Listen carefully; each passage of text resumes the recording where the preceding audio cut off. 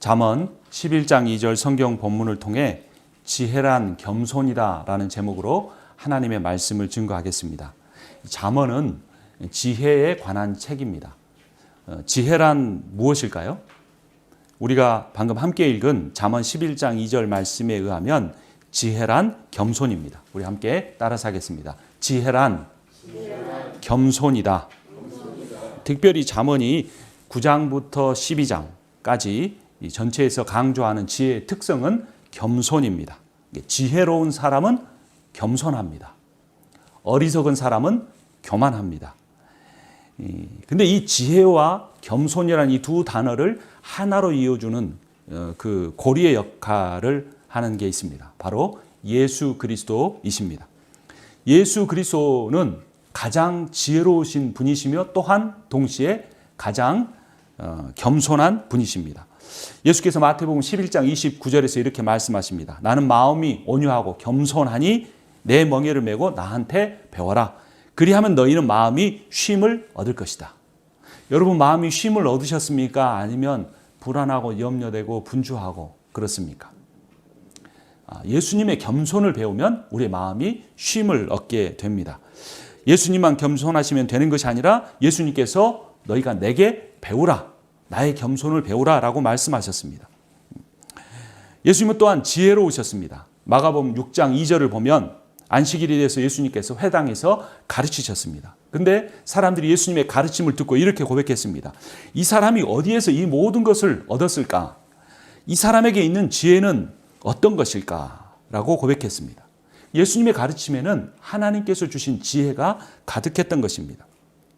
예수님은 가르침만 아니라 그분의 삶 자체가 지혜로우셨습니다. 고린도전서 1장 23절에서 25절은 이렇게 선포합니다. 우리는 십자가에 달리신 그리스도를 전합니다. 그리스도가 십자가에 달리셨다는 것은 유대 사람에게는 거리낌이요 이방 사람에게는 어리석은 일입니다. 그러나 부르심을 받은 사람에게는 그리스도는 하나님의 능력이요 하나님의 지혜입니다. 예수 그리스도가 십자가에 달리셨다는 것이 하나님의 지혜라는 것입니다. 또한 십자가에 죽으신 이 예수 그리스도의 사건은 예수 그리스도의 성육신과 함께 겸손도 보여줍니다. 빌립보서 2장 5절 이하는 이렇게 선포합니다. 여러분 안에 이 마음을 품으십시오. 그것은 곧 그리스도 예수의 마음이기도 합니다.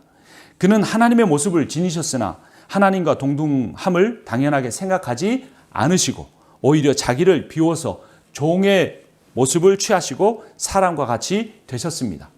그는 사람의 모양으로 나타나셔서 자기를 낮추시고 죽기까지 복종하셨으니 곧 십자가에 죽기까지 하셨습니다.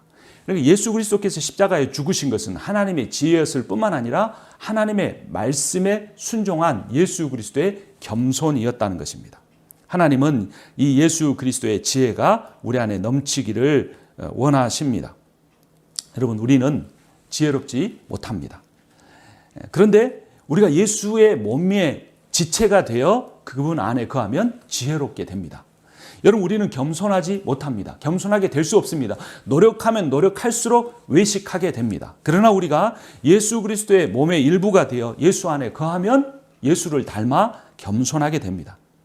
다시 한번 고백하겠습니다. 함께 고백합니다. 지혜란 겸손이다. 지혜란 예수 안에서 겸손해지는 겁니다. 마음이 겸손해지고 말이 겸손해지고 삶이 겸손해지는 것이 지혜입니다. 그러므로 예수 그리스도 안에 거하는 것이 가장 지혜로운 것입니다. 그러니까 인간이 할 수 있는 것은 여러분 무엇뿐일까요? 바로 지혜이시고 겸손이신 예수 그리스도를 찾는 것뿐입니다. 하나님을 향한 인간의 갈망이 있는데 그것이 오직 예수 그리스도를 통해서만 채워집니다. 인생의 모든 답은 바로 갈망입니다. 내가 무엇을 갈망하는가? 내가 성공을 갈망하는가? 내가 사람들의 칭찬을 갈망하는가? 내가 사람들의 인정을 갈망하는가? 내가 무엇인가 큰 것을 소유하는 그런 인생을 갈망하는가? 그 갈망이 인생의 답인데 예수 그리스도를 갈망하는 사람이 하나님으로부터 오는 지혜와 하나님으로부터 오는 겸손을 채울 수 있게 된다는 것입니다. 필립 안시가 이런 말을 했습니다. 영적 성숙의 증거는 순결함의 정도가 아니라 자신의 불순함을 인정하는 데 있다라는 겁니다. 누가 가장 거룩한 사람인가? 나는 이만큼 하나님께 드렸습니다. 나는 이만큼 종교 생활을 합니다라는 걸 드러내는 것이 아니고, 하나님 저는 이만큼 부족합니다. 하나님 저는 이 부분에서 이렇게 연약합니다라는 것을 인정하는 것이 바로 영적 성숙의 증거라는 겁니다. 바로 이러한 깨달음이 하나님 우리에게 폭포수와 같이 부어주시는 은혜의 문을 엽니다. 근데 우리는 계속해서 내가 얼마나 더 거룩해졌는가를 생각하고 그것을 드러내려고 하기 때문에 하나님이 주신 은혜와 평안의 삶을 살지 못하는 겁니다. 무엇하면 되는 겁니까? 내가 얼마나 연약한 존재인가를 고백하기 시작하면 그때부터 하나님이 내 인생의 은혜의 문을 열어주십니다. 그래서 결국 영적 겸손함이 은혜의 문을 여는 지혜라는 것입니다. 열전 달리는 일요일이라는 여러분 프로그램 아십니까? 혹시 생방송 행복찾기를 아십니까? 워낙 옛날 프로그램이라 여러분들 다 모르실 거예요. 이 프로그램을 진행한 최선규 아나운서가 있습니다. 그의 간증입니다. 나는 어려서부터 불교 집안에서 자랐다. 할아버지 할머니 집안에 절을 템플을 지을 정도였다. 집안이 다 잘 살았다. 나는 똑똑하고 공부도 잘했다. 내가 최고인 줄 알고 교만했다. 주변에 교회를 다닌 사람들은 대부분 가난했다. 그래서 나는 교회 다닌 사람들을 대놓고 무시했다. 대학생 때는 불교 회장까지 했다. 주변 사람들이 예수 믿으라고 전도하면 너나 잘 믿어. 나는 부처님 믿을 거야 라고 쏘아 붙였다. 길거리에서 복음 전하는 사람들과 싸우기까지 했다. 우리 집안에는 딸이 귀했다. 거의 다 아들들이었다. 딸이 귀한 집안에 32년 만에 딸 혜원이가 태어났다. 혜원이가 태어나던 날 할아버지가 병원에서 만세 만세 만세 삼창을 부르셨다. 동생들 집과 우리 집을 통틀어 혜원이는 온 가족의 중심이 되었다. 공채로 모 유명 방송사의 아나운서가 되었다. 교만하던 내가 더욱 교만하게 되었다. 입사 동기인 다른 아나운서들보다 항상 한 걸음 더 앞서 나갔다. 사람들에게 인기를 얻고 방송국에서 인정을 받으면서 점점 더 교만한 삶을 살았다. 골든타임인 일요일 아침에 생방송을 진행하게 되었다. 어느 날 이 SBS 행복찾기 생방송을 마치고 스튜디오를 나오는데 후배 아나운서가 문 앞에서 나를 기다리고 있었다. 어쩔 줄 몰라 하는 표정으로 선배님 어떻게 해요? 하며 울먹였다. 차마 말을 하지 못하고 나에게 쪽지 하나를 내밀었다. 딸 교통사고 위독 응급실이라고 적혀 있었다. 택시를 집어타고 병원으로 향했다. 영등포 로타리를 지나는데 차가 꽉 막혔다. 들어본 적은 조금 있어도 가지도 못하고 오지도 못하는 차 안에서 어쩔 줄을 몰라 했다. 가슴이 답답하고 미칠 것 같았다. 계속 눈물만 흘러내렸다. 갑자기 내 입에서 하나님 하는 소리가 터져 나왔다. 들어본 적은 조금 있어도 평생 단 한 번도 불러본 적이 없는 이름이었다. 하나님 살려주세요. 혜원이만 살려주시면 무슨 일이든지 하겠습니다. 평생 하나님 위해서만 살겠습니다. 인생에서 처음으로 그리고 인생에서 가장 간절하게 하나님 앞에서 겸손해지는 시간이었다. 간절히 부르짖고 또 부르짖었다. 눈물로 얼굴이 뒤범벅이 되었다. 그때는 그것이 기도라는 사실도 몰랐다. 교만함의 극치의 삶을 살던 내가 겸손하게 납작 엎드려 하나님께 기도했다. 이 최 아나운서가 무의식 중에 딸의 사고를 하나님의 책망으로 받아들였던 것 같습니다. 평생 교만하게 살아왔지만 죽어가는 딸로 인해 또 딸이 죽어가지만 무엇인가를 해줄 수 없는 그 상황에서 무엇인가를 해줄 수 있기는커녕 죽어가는 그 딸의 마지막도 지켜보지 못하는 그 상황 속에서 그의 인생에 이제까지 쌓아왔던 모든 교만이 와르르 무너져 내리는 것이었습니다. 우리 잠언 말씀을 한번 찾아보겠습니다. 9장 8절부터 12절 말씀입니다. 잠언 9장 8절을 제가 먼저 읽습니다. 거만한 사람을 책망하지 말아라. 그가 너를 미워할까 두렵다. 지혜로운 사람은 꾸짖어라. 그가 너를 사랑할 것이다. 9절 같이 읽습니다. 지혜로운 사람은 훈계를 할수록 더욱 지혜로워지고 의로운 사람은 가르칠수록 학식이 더할 것이다. 10절 제가 읽습니다. 주님을 경외하는 것이 지혜의 근본이요 거룩하신 일을 아는 것이 슬기의 근본이다. 같이 읽습니다. 나 지혜로 말미암아 내가 오래 살 것이요 내 수명도 길어질 것이다. 네가 지혜로우면 그 지혜가 내게 유익하지만 네가 거만하면 그 거만이 너만 해롭게 할 것이다. 이 최성규 아나운서는 평생 교만하게 살았지만 자신에게 인생의 위기가 닥쳐올 때 이것을 하나님의 책망으로 받아들였습니다. 그래서 이제까지 교만한 삶을 버리고 겸손한 삶을 살 수 있게 되었고, 미련하고 어리석은 삶을 버리고 지혜로운 삶을 살 수 있게 되었습니다. 계속되는 그의 간증입니다. 한참을 울면서 기도하는 중에 병원에 도착했다. 응급실에 가보니 아버지가 병원 바닥에 주저앉아 땅을 치며 울고 계셨다. 아이고 불쌍해라 내 새끼. 아이고 내 새끼. 아내는 병원 복도 벽에 머리를 쾅쾅 부딪히고 있었다. 울면서 부르짖고 있었다. 혜원아, 혜원아. 이동식 병원 침대 위에 혜원이가 뉘어져 있었다. 하얀 천이 머리끝까지 덮여 있었다. 죽었다는 의미였다. 동네에서 놀다가 모래더미에서 노는데 후진하는 2.5톤 트럭이 치였다고 했다. 운전수가 무엇에 걸린 줄 알고 앞으로 차를 빼면서 다시 치였다. 3살밖에 안 된 어린아이의 몸에 트럭이 2번이나 지나갔다. 나는 말없이 혜원이를 부둥켜 안았다. 눈물이 하염없이 쏟아져 내렸다. 혜원아, 아빠 왔다. 아빠 왔다. 집에 가자. 혜원아, 아빠가 미안해. 아빠가 너무 늦게 왔지. 혜원아, 여기는 혜원이가 있을 곳이 아니야. 아빠랑 집에 가자. 같이 집에 가자. 혜원이는 아무 반응이 없었다. 그때는 나는 시간이 그렇게 많이 지났는지 몰랐다. 나중에 사람들 말을 듣고 보니 내가 30분이나 이미 죽어버린 혜원이를 부둥켜 안고 있었다고 했다. 한참을 아이를 붙잡고 울부짖고 있는데 아이와 닿은 부분이 점점 뜨거워지는 것을 느꼈다. 처음에는 따뜻하다가 나중에는 점점 뜨거워졌다. 처음에는 혜원이와 몸이 닿은 부위만 뜨겁다가 나중에는 머리끝부터 발끝까지 온몸이 알 수 없는 뜨거움으로 가득했다. 형언할 수 없는 큰 충만함 같은 것이 느껴졌다. 처음 경험하는 느낌이었다. 그때 잠깐이지만 이런 생각이 들었다. 아, 이 따뜻함이 계속 느껴질 수만 있다면 얼마나 좋을까. 나중에 혜원이에게는 미안하다고 고백했지만 그때 잠깐 이런 생각을 했다. 혜원이가 다시 돌아오지 못해도 이 따뜻함이 평생 계속된다면 정말 좋겠다라는 생각이 들었다. 평생 자기 잘난 맛에 교만함에 절어 살던 내가 나 자신에게서 오는 것이 아닌 초자연적인 어떤 존재로부터 오는 그 형언할 수 없는 따뜻한 느낌을 겸손하게 그리고 간절히 구하였다. 그 최 아나운서가 자신도 모르게 하나님의 거룩하심을 경험한 것입니다. 그는 딸의 생사보다도 그가 처음 만난 그 하나님인 줄 몰랐지만 그 하나님을 놓치고 싶지 않았습니다. 하나님은 너나 믿어라. 나는 부처를 믿겠다고 했던 그 교만한 말이 사라졌습니다. 그는 침묵 속에 형언할 수 없는 하나님의 임재를 간절히 사모했습니다. 생각 없이 살던 그가 처음으로 하나님의 임재를 깊이 침묵 속에 간절히 구하는 기도를 드린 것입니다.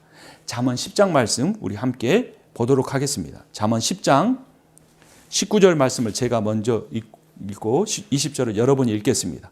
말이 많으면 허물을 면하기 어려우나 입을 조심하는 사람은 지혜가 있다.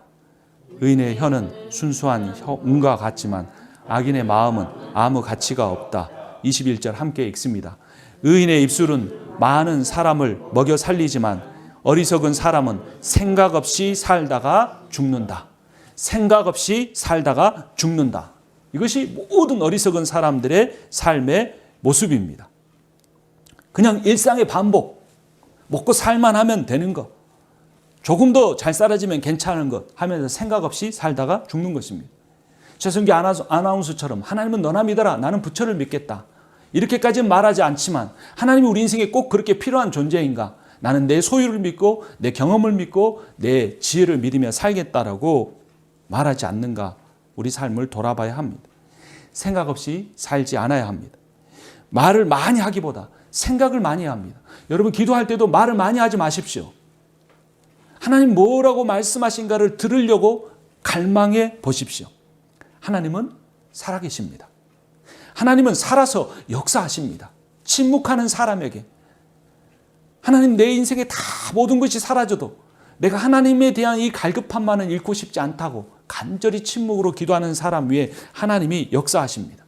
그리고 그 하나님은 여러분을 사랑하십니다. 계속되는 최 아나운서의 간증입니다. 딸의 생명을 하나님께 맡기고 하나님을 구하는 순간 기적이 일어났습니다. 갑자기 아이가 꿈틀댔습니다. 처음에는 착각인가 싶었습니다. 근데 다시 아이가 움직였습니다. 확신했습니다. 아이가 살아난 겁니다. 혜원이가 살아났다. 혜원이가 살아났어요. 우리 혜원이 좀 살려주세요. 병원 응급실을 돌아다니며 간호사에게 말하고 의사에게 말해도 아무도 반응을 보이지 않았다.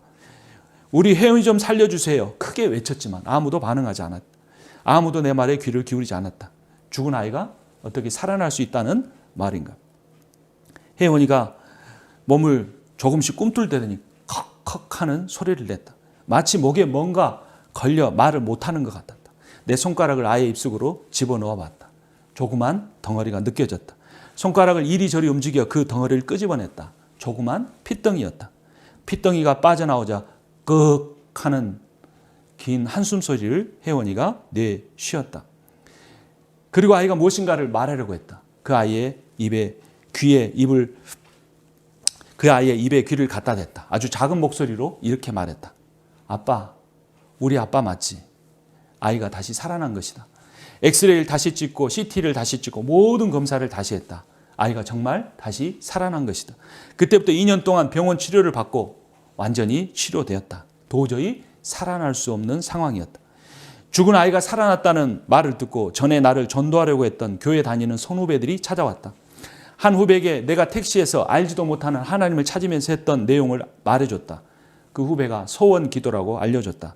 그대로 안 지키면 하나님께서 원래대로 돌이킬 수도 있다고 했다. 직접 말은 안 했지만 혜원이가 다시 죽을 수도 있다는 의미였다. 고등학교 3년 선배가 나를 찾아왔다. 사랑의 교회 집사였다. 선배의 손에 이끌려 14명의 대가족이 할아버지, 할머니, 동생 2가정, 우리 가정 모두 교회로 인도를 받았다.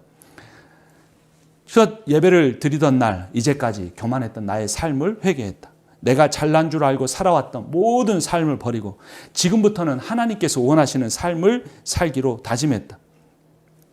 내 뜻대로 안 살고 하나님 뜻대로 살기로 기도했다. 어리석게 살아왔던 인생이 처음으로 지혜로운 결정을 한 것이다. 여러분, 지혜란 겸손입니다. 지혜란 연약한 인간이 전능하신 하나님 앞에 무릎을 꿇는 것입니다. 지혜란 미련한 인간이 전능하신 하나님의 말씀에 순종하는 것입니다. 자신의 연약함을 깨닫고 인정하는 것이 겸손입니다. 겸손이 신앙생활의 기초입니다. 겸손한 사람이 지혜로운 사람입니다. 예수께서 말씀하시기를 나는 온유하고 겸손하니 내게 와서 배우라고 말씀하셨습니다. 예수께서 자신의 인격의 특성이 겸손과 온유라고 말씀하신 것입니다. 겸손한 인격은 순종이라는 행동으로 이어집니다. 포도나무가 포도 열매를 맺듯이 겸손이란 나무는 반드시 순종이라는 열매를 맺습니다. 여러분, 우리가 오늘 함께 복음성가를 불렀습니다. 겸손이죠. 슬픔 속에도 울지 않는 것, 억울해서 울지 않는 것, 걱정할 수밖에 없는 상황 속에서도 걱정하지 않는 것, 사랑할 수 없는 사람에게조차 사랑하며 품어주는 것, 용서할 수 없는 사람일지라도 용서하여 주는 것, 참을 수 없어도 화내지 않고 끝까지 인내하는 것, 감사할 수 없는 그런 조건에서도 감사하며 사는 것, 칭찬이나 비난 가운데서도 침묵하며 살아가는 것, 말씀 순종하길 어려울지라도 믿음으로 순종하는 것, 겸손은 겉사람이 드러나지 않고 속사람이 드러나는 것, 하나님과 가장 가까운 사람이 바로 겸손한 사람, 어떠한 자기 주장도 버리고 오직 모든 것을 주님 뜻에 맡기며 내가 강한 것이 아니라 주가 강함을 보여줌이 진정한 겸손. 이런 가사입니다. 누가 겸손할 수 있을까요? 여러분, 역설적이게도 자기 자신이 존귀하다는 사실을 깨닫는 사람이 겸손할 수 있습니다.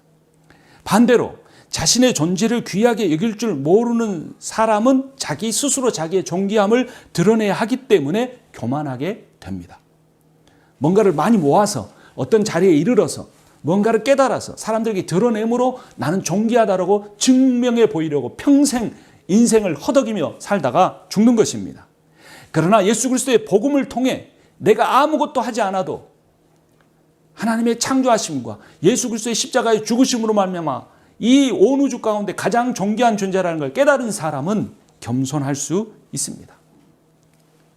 여러분, 하나님은 우리가 무슨 일을 해서가 아니라, 우리가 어떤 자격을 갖추어서가 아니라 그냥 우리를 있는 그대로 존재 자체를 사랑하십니다. 오늘 이 자리에 예배를 드리고 있는 여러분이 온 우주 만물 가운데서 가장 존귀한 분들이십니다. 이것이 바로 예수 그리스도께서 이 땅에 오셔서 우리에게 가르쳐 주시려고 했던 복음의 핵심입니다. 예수 그리스도께서 십자가에 죽으시기까지 하시면서 우리에게 가르쳐 주시려고 하는 진리의 가장 중요한 부분입니다. 우리는 하나님의 형상으로 창조되었기에 존귀한 사람들입니다. 창세기 1장 31절을 보면 하나님이 우리를 지으시고 여러분을 지으시고 보시기에 심히 좋아하셨습니다. 하나님은 그것으로 부족해서 하나밖에 없는 아들 예수 그리스도를 이 땅에 보내시고 십자가에 죽게 하신 후에 요한복음 3장 16절을 우리에게 가르쳐 주셨습니다. 하나님이 세상을 이처럼 사랑하셔서, 이처럼 이만큼 사랑하셔서 외아들을 주셨으니 이는 그를 믿는 자마다 멸망하지 않고 영생을 얻게 하려 하십니다. 영생은 죽지 않고 영원토록 사는 것이 아니라 내 생명으로, 내 지혜로 살지 않고 하나님의 생명으로, 하나님의 지혜로 사는 것이 영생이요, 이터널 라이프입니다. 헨리 나우엔이라고 하는 사람이 있었습니다. 예일 대학교와 하버드 대학교 교수였습니다. 심리학 교수였습니다.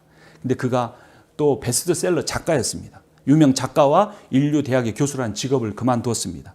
그리고 그의 인생의 나머지 10년을 데이브레이크라는 장애인 시설에서 봉사하면서 살았습니다. 그곳에서 이 헨리 나우엔 교수는 아담이라는 중증 장애인을 돌봤습니다. 1996년 2월 34년의 생을 아담이 마감하고 헨리 나우엔은 이 아담이라는 책을 쓰고 같은 해 9월에, 그러니까 7개월 후에 인생을 마감했습니다. 하버드의 천재 교수였던 헨리 나우엔이 중증 장애인 아담에게서 무엇을 발견한 것일까요? 세상적인 관점에서 보면 아담은 아무것도 아닙니다. 그냥 장애인입니다. 다른 사람의 도움이 없이는 인생을 이어나갈 수 없는 사람입니다. 그래서 헨리 나우엔 교수를 아꼈던 사람이 이런 말을 했습니다. 헨리, 자네가 시간을 허비하고 있는 데가 바로 여기인가? 장애인에게서, 장애인을 위해 자네의 시간과 에너지를 투자하기 위해 이렇게 많은 사람들에게 영감을 주던 대학을 떠났단 말인가 라고 한탄했습니다. 그런데 헨리 나우엔 교수는 자기가 아담을 도운 것이 아니라 중증 장애인 아담이 자신의 인생의 참된 스승이었다고 그가 쓴 책에서 고백을 합니다. 책의 내용입니다. 아담은 나의 선생이 되어가고 있었고 내 삶의 광야를 혼란 가운데 헤매고 있는 나와 함께 걷고 있었으며 나를 이끌어 주었다. 아담에게는 마음의 산란함이나 집착이나 그리고 야망이 거의 없었다. 그의 장애가 그에게 이미 깨끗하게 비워짐의 선물을 준 것이었다. 하버드와 예일대의 교수였던 자신은 마음이 늘 산란했고 무엇인가에 집착하고 야망의 종이 되어 살았는데 그가 데이브레이크라는 장애인 시설에 만난 아담에게서는 그런 것이 아무것도 없었던 것입니다.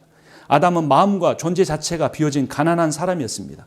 여러분, 마음이 가난한 자가 하나님의 나라가 그의 것이라고 예수께서 말씀하셨습니다. 예수님은 건강한 사람이 아닌 병든 사람들과 함께 하셨습니다. 물론 소수의 건강한 사람들도 있었습니다. 예수님은 부자가 아닌 가난한 사람들과 함께 하셨습니다. 물론 아주 적은 소수의 부자들이 예수님과 함께 했습니다. 예수님은 신분이 높은 사람이 아닌 천한 신분을 가진, 직업을 가진 사람들과 함께 하셨습니다. 아주 매우 드물게 신분이 높은 사람도 간혹 예수님과 함께 했습니다.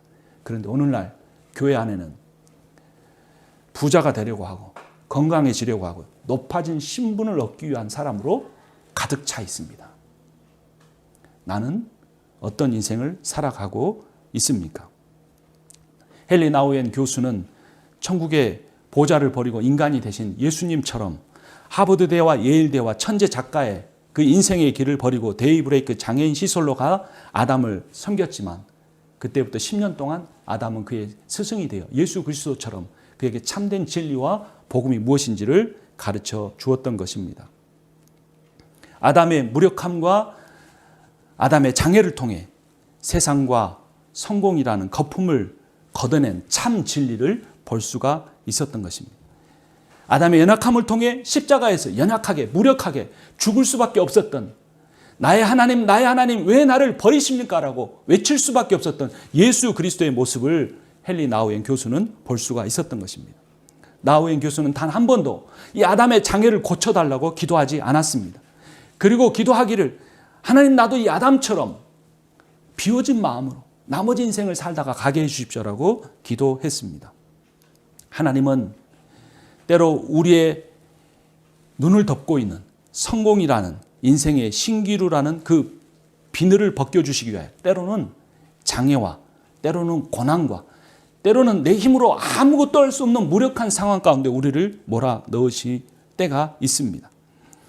장애를 극복하거나 가난을 이기고 성공하는 사람이 되는 것이 아니라 장애나 가난을 통해 내 힘으로 할 수 없는 시련을 통해 연약한 인간의 존재를 깨닫는 것이 참 지혜로운 사람입니다.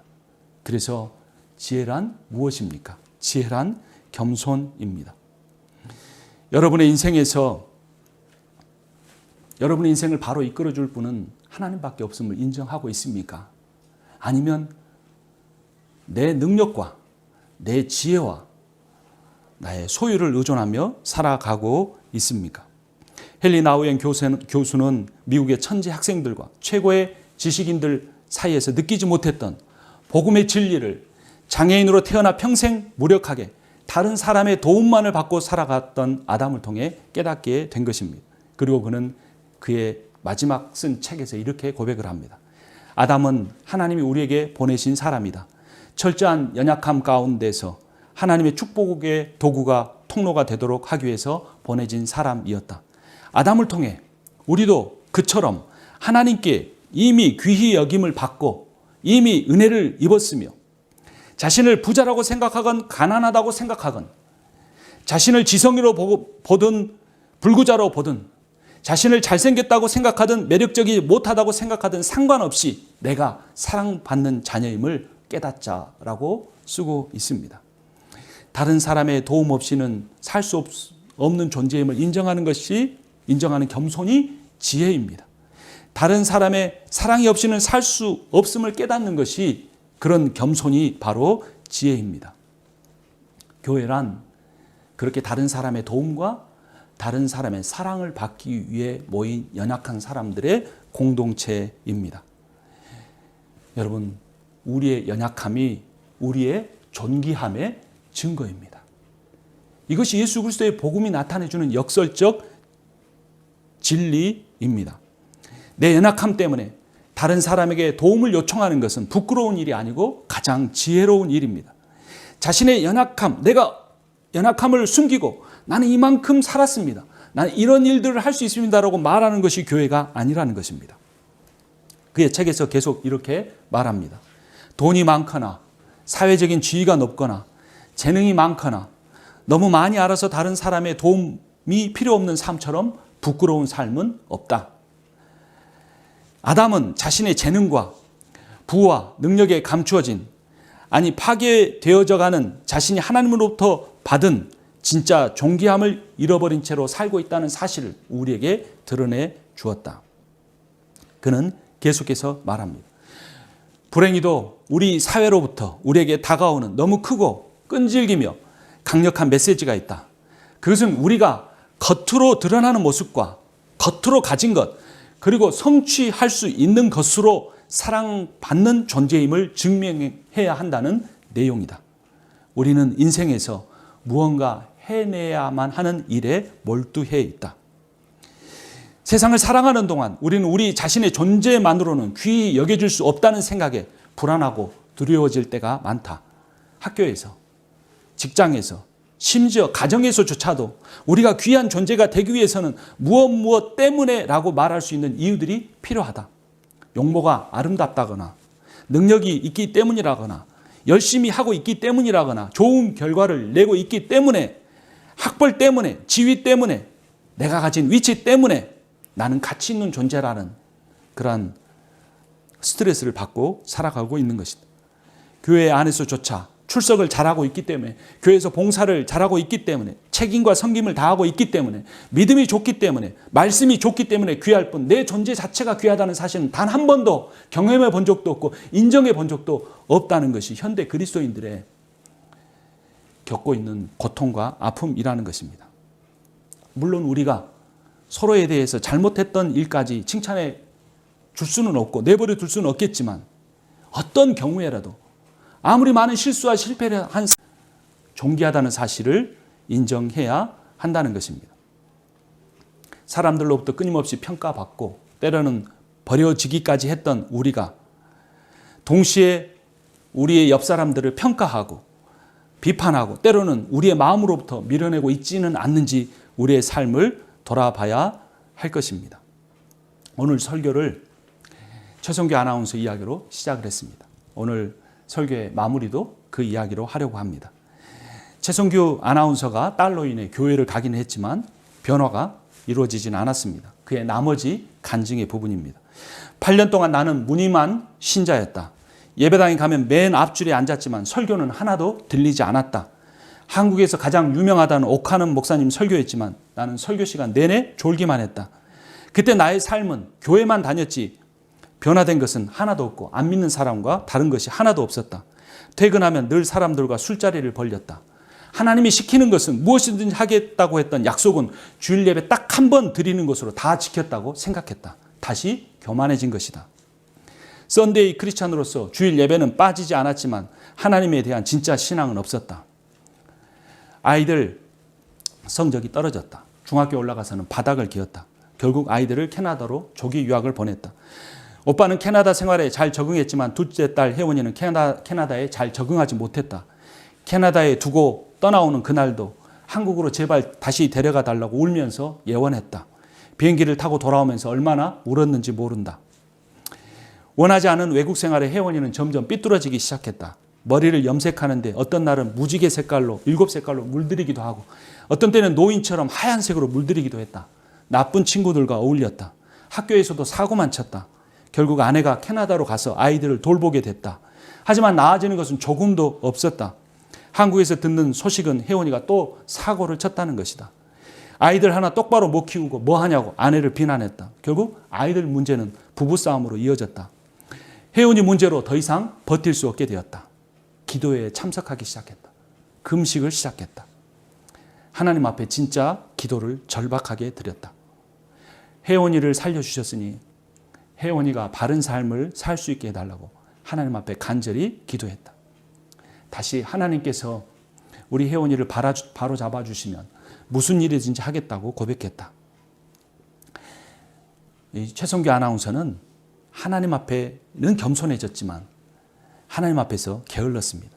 저 혼자 잠언 10장 말씀을 읽어드리겠습니다. 악인에게는 두려워하는 일이 닥쳐오지만 의인에게는 바라는 일이 이루어진다. 해오리 바람이 지나가면 악인은 없어져도 의인은 영원한 기초처럼 꼼짝하지 않는다. 게으른 사람은 부리는 사람에게 이는 이에 초 같고 눈에 연기 같다. 주님을 경외하면 장수를 누리지만 악인의 수명은 짧아진다. 의인의 희망은 기쁨을 거두지만 악인의 희망은 끊어진다. 잠언 10장 말씀은 지혜로운 사람과 어리석은 사람을 의로운 사람과 악한 사람으로 구별합니다.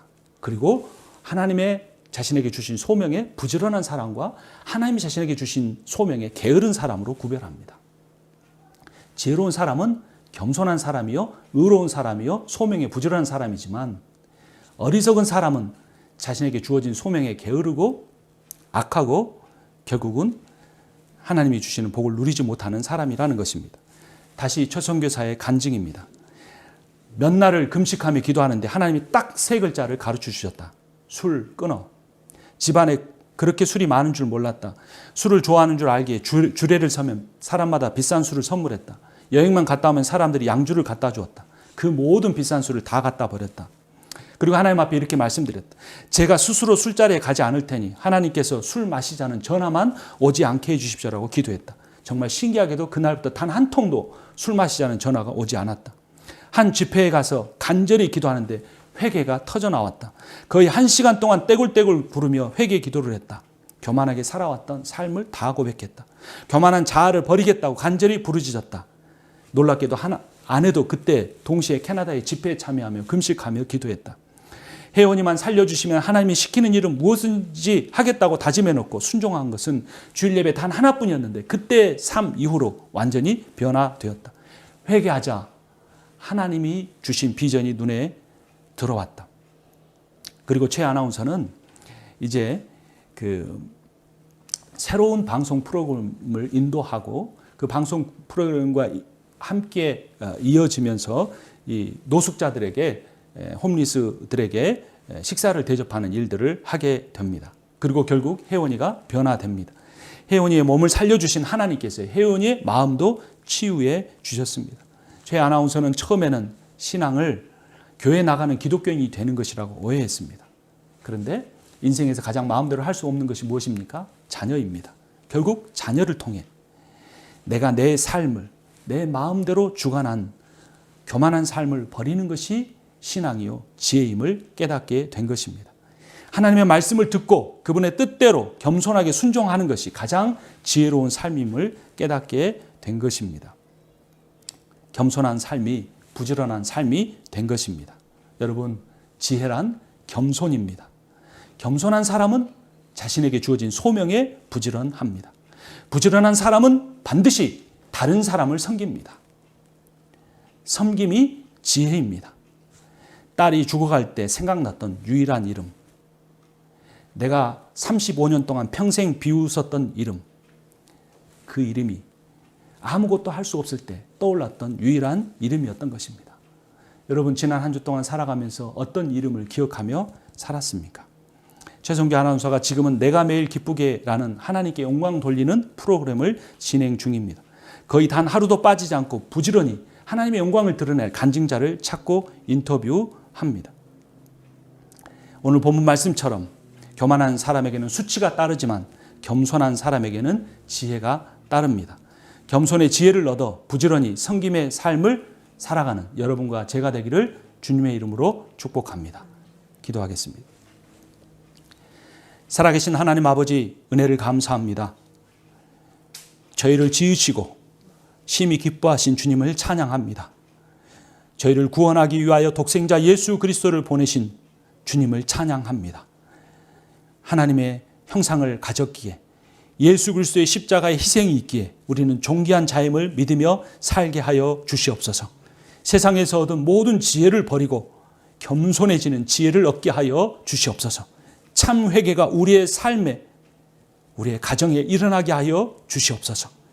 그리고 내가 인생 그저 왔다 가는 인생이 아니라 하나님께 받은 사명이 있는 자들임을 인정하고 그 사명에 부지런한 지혜로운 사람들이 다 되게 하여 주시옵소서. 예수 그리스도의 이름으로 기도합니다. 아멘.